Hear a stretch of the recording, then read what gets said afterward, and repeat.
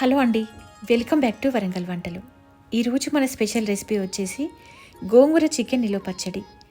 ముక్క గట్టిగా లేకుండా తిన్నా కొద్దీ తినాలి అనిపించేలా టేస్ట్ అయితే చాలా చాలా బాగుంటుంది. మరి గోంగూర చికెన్ నిలువ పచ్చడిని ఈజీ అండ్ టేస్టీగా ఎలా చేయాలో చూసిద్దాం రండి. ముందుగా మీడియం సైజులో ఉన్న 2 గోంగూర కట్టలను తీసుకొని క్లీన్ చేసి వాష్ చేసుకొని తడి లేకుండా క్లాత్ పైన ఆరబెట్టి తీసుకోవాలి.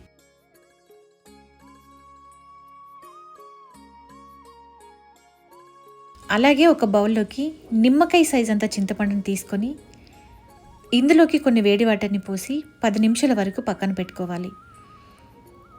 ఇప్పుడు స్టవ్ ఆన్ చేసి ప్యాన్లోకి 5 టేబుల్ స్పూన్ వరకు పల్లి నూనెను తీసుకోవాలి. ఆయిల్ కొంచెం వేడయ్యాక ఇందులోకి ముందు ప్రిపేర్ చేసి పెట్టుకున్న గోంగూరని ఇలా చిన్నగా కట్ చేసి తీసుకోవాలి. మంటని మీడియం ఫ్లేమ్లో పెట్టి 2 నిమిషాల పాటు ఫ్రై చేసుకోవాలి. ఇలా గోంగూరని కొంచెం ఫ్రై చేసుకున్నాక ఇందులోకి ముందు నానబెట్టుకున్న చింతపండు రసాన్ని క్లీన్ చేసి తీసుకోవాలి.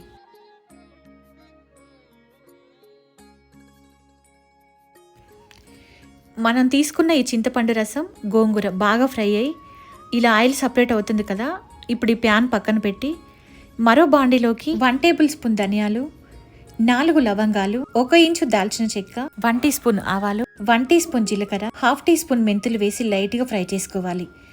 ఇలా ఫ్రై చేసుకున్నాక ఒక ప్లేట్లోకి తీసి చల్లార్చుకొని మిక్సీ జార్లోకి వేసి గ్రైండ్ చేసి పక్కన పెట్టుకోవాలి. ఇప్పుడు ఈ బాండీలోకి నేను చూపిస్తున్న కప్పుతో పల్లి నూనెను తీసుకోవాలి. అంటే 250 ml వరకు పల్లి నూనెను తీసుకొని నూనె బాగా వేడైన తర్వాత ఇందులోకి క్లీన్ చేసి వాష్ చేసి పెట్టుకున్న 1/2 kg బోన్లెస్ చికెన్ తీసుకోవాలి. ఈ పచ్చడి చికెన్ బోన్స్తో కూడా చేసుకోవచ్చు. ఇందులోకి 1/2 టీ స్పూన్ పసుపు, 1 టీ స్పూన్ సాల్ట్ వేసి మంటని హై ఫ్లేమ్లో పెట్టి ఫ్రై చేసుకోవాలి. చికెన్లో నుండి వాటర్ తగ్గిపోయి ముక్క డ్రై అయ్యే వరకు బాగా ఫ్రై చేసుకోవాలి. చికెన్ ఇలా బాగా ఫ్రై చేసుకున్నాక ఇలా కలర్ చేంజ్ అవుతున్నప్పుడు ఇందులోకి 2 టేబుల్ స్పూన్ ఫ్రెష్గా నూరిన అల్లం వెల్లుల్లి పేస్ట్ వేసి మంటని మీడియం ఫ్లేమ్లో అడ్జస్ట్ చేసి అల్లం పచ్చివాసన పోయే వరకు బాగా ఫ్రై చేసుకోవాలి. ఇలా ఫ్రై చేసుకున్నాక ఇప్పుడు స్టవ్ ఆఫ్ చేసుకోవాలి.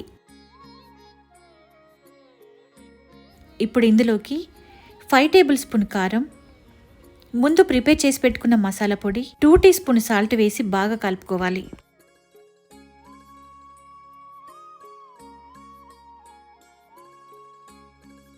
ఇలా కలుపుకున్నాక ముందు మనం ఫ్రై చేసి పెట్టుకున్న గోంగూరను వేసి ఇదంతా కలిసేలా బాగా కలుపుకోవాలి. అంతే, గోంగూర చికెన్ నిలువ పచ్చడి రెడీ. ఈ పచ్చడిని చాలా ఈజీగా చేసుకోవచ్చు, పెద్ద టైం కూడా ఏం తీసుకోదు. టేస్ట్ అయితే చాలా బాగుంటుంది. చూస్తుంటే నోట్లో నీళ్ళు ఊరుతుంది కదా. ఇలా ఒక్కసారి ఈ పచ్చడిని మీరు ట్రై చేసి ఎలా ఉందో కామెంట్ చేయండి. మా రెసిపీ మీకు నచ్చినట్లయితే లైక్ చేసి మా ఛానల్ని సబ్స్క్రైబ్ చేసుకోండి. Thank you.